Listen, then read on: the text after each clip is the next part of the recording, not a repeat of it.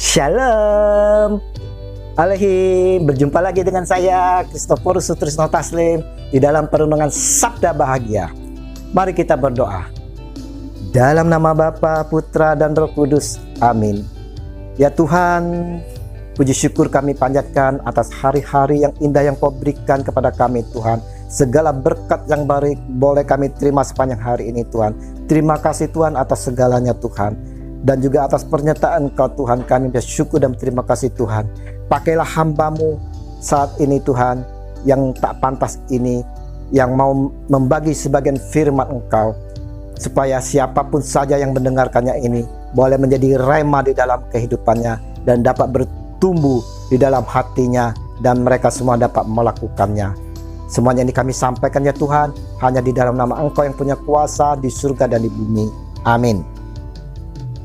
Saudara-saudaraku yang terkasih, di dalam masa pandemi COVID saat ini sudah cukup lama menyerang kehidupan di muka bumi ini. Banyak sekali dampak yang terjadi saudara-saudara yang diakibatkan oleh COVID virus 19 ini. Semua orang mempunyai kas terpapar tanpa kecuali. Begitu juga kita sebagai anak-anak Tuhan, orang-orang yang percaya kepada Tuhan Yesus. Kita dipaksa untuk stay di rumah, bekerja dan belajar di rumah. Bahkan saudara-saudara, ibadah pun di rumah. Tapi apa yang terjadi saudara? Justru iblis bertepuk tangan dalam situasi ini. Iblis sangat mudah mempengaruhi anak-anak Tuhan. Mereka-mereka yang percaya kepada Yesus untuk mengikutinya. Dengan segala tipu dayanya, kita ditarik. Segala pencobaan banyak yang kita alami saudara-saudara pada saat-saat masa pandemi ini. Tak sedikit saudara pada pasangan suami istri bertengkar dan ujung-ujungnya bercerai. Tak sedikit pula ibu-ibu yang stres melihat sepanjang hari tingkah laku anaknya di rumah. Belum lagi saudara-saudara membimbing online belajar anak-anak. Sampai ada berita saudara-saudara yang sangat menyedihkan. Seorang ibu tega membunuh anaknya karena tak kuat untuk membimbing di dalam pelajaran online. Jadi saudara-saudara, di dalam masa-masa pandemi ini, semua pencobaan datang silih berganti kepada kita. Diingatkan oleh Yesus di dalam Matius 26 ayat 41, saudara-saudara. Berjaga-jagalah dan berdoalah supaya kamu jangan jatuh dalam pencobaan. Roh memang penurut, tetapi daging lemah. Saudara-saudara, di dalam kehidupan kita, pencobaan adalah sebuah tantangan hidup yang harus kita lalui. Semua anak-anak Tuhan tanpa terkecuali, termasuk para pemimpin, pemimpin gereja, pemimpin negara, dan pemimpin perusahaan, siapapun juga. Bahkan saudara-saudara, Yesus pun pernah dicobai. Pencobaan sering dilakukan oleh iblis agar anak-anak Tuhan jatuh di dalam dosa. Di dalam Lukas 4 ayat 13 dikatakan, sesudah iblis mengakhiri semua pencobaan itu, ia mundur daripadanya dan menunggu waktu yang baik. Lihat saudara-saudara, iblis saat mencobai Yesus tetapi tidak dapat, maka iblis memundurkan diri dan menunggu waktu yang tepat. Begitu juga dengan kita saudara-saudara sebagai anak-anak Tuhan. Iblis mencobai kita, dan apabila kita kuat, kita kokoh, maka iblis akan menyingkir untuk sementara dan menunggu pada waktu yang tepat. Sasaran pencobaan adalah saudara-saudara kedagingan manusia di dalam keinginan, hawa nafsu, mata, pikiran, dan lain-lain. Di dalam Yakobus 1 ayat 14 dikatakan, tetapi tiap-tiap orang dicobai oleh keinginannya sendiri, karena ia diseret dan dipikat olehnya. Nah, saudara-saudara, apa saja bentuk-bentuk keinginan yang dipakai iblis untuk menjatuhkan kita? Paulus di dalam Galatia 5 ayat 19-21 menjelaskan dengan sangat jelas perbuatan daging yang telah nyata, yaitu percabulan, kecemaran, hawa nafsu, penyembahan berhala, sihir, perseteruan, perselisihan, iri hati, amarah, kepentingan diri sendiri, percederaan, roh pemecah, kedengkian, kemabukan, pesta pora, dan sebagainya. Terhadap semuanya itu kuperingatkan kamu seperti yang telah kubuat dahulu, bahwa barang siapa melakukan hal-hal demikian, ia tidak akan mendapat bagian dalam kerajaan Allah.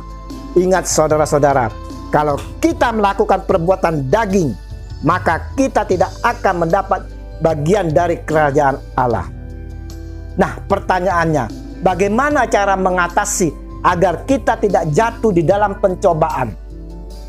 Yang pertama, saudara-saudara, tekun berdoa, minta proteksi Tuhan, jangan terlena. Dikatakan oleh Yesus di dalam Lukas 22 ayat 46, katanya kepada mereka, "Mengapa kamu tidur? Bangunlah dan berdoalah supaya kamu jangan jatuh dalam pencobaan."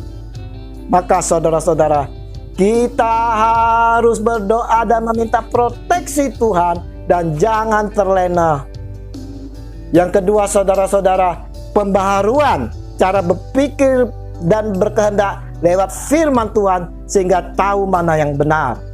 Paulus di dalam Roma 12 ayat 2 mengatakan, "Janganlah kamu menjadi serupa dengan dunia ini, tetapi berubahlah oleh pembaharuan budimu, sehingga kamu dapat membedakan manakah kehendak Allah, apa yang baik, yang berkenan kepada Allah, dan yang sempurna." Dan yang ketiga, saudara-saudara, hidup dalam pimpinan Roh Kudus. Kembali Paulus mengatakan di dalam Galatia 5 ayat 25, "Jikalau kita hidup oleh Roh, baiklah hidup kita juga dipimpin oleh Roh." Nah, bagaimana kalau kita telah jatuh di dalam pencobaan? Apa yang harus kita lakukan? Yang pertama, saudara, kita harus segera mengakui dosa dan minta ampun pada Tuhan dan sesama. Ini harus kita lakukan. Dikatakan di dalam 1 Yohanes 1 ayat 9, "Jika kita mengaku dosa kita, maka ia adalah setia dan adil, sehingga ia akan mengampuni segala dosa kita dan menyucikan kita dari segala kejahatan." Yesus juga berkata di dalam Matius 6 ayat 14, "Karena jikalau kamu mengampuni kesalahan orang, Bapamu yang di surga akan mengampuni kamu juga." Haleluya. Yang kedua, saudara, segera meninggalkan dan bangkit dari kejatuhan itu. Jadi saudara, yang kedua adalah apabila kita telah jatuh di dalam pencobaan, kita harus segera meninggalkan dan bangkit, meninggalkan semuanya itu. Karena di dalam Kolose 3 ayat 9-10 berkata, "Jangan lagi kamu saling mendustai, karena kamu telah menanggalkan manusia lama serta kelakuannya, dan telah mengenakan manusia baru yang terus-menerus diperbarui untuk memperoleh pengetahuan yang benar menurut gambar Khalik." Jadi saudara-saudara, kita wajib saling mendoakan agar tidak terjatuh di dalam pencobaan. Kita doakan pemimpin kita, pemimpin agama kita, pemimpin negara kita, pemimpin perusahaan kita, pemimpin siapapun juga. Jemaat kita, anggota keluarga kita, teman kita, sahabat kita, tetangga kita. Agar kita selalu bisa memproteksi diri dari kejatuhan. Tidak ada yang kebal terhadap keinginan daging, saudara-saudara. Tetapi kita memiliki kehendak bebas untuk menolak keinginan itu. Maka saudara-saudara, selalu waspada dan berjaga-jagalah pada pencobaan iblis lewat kedagingan kita, dan proteksi diri kita dengan doa, firman, dan keintiman dengan Tuhan. Kemuliaan kepada Bapa, Putra, dan Roh Kudus seperti pada permulaan, sekarang, selalu, dan sepanjang segala abad. Amin. Dalam nama Bapa, Putra, dan Roh Kudus. Amin. Shalom.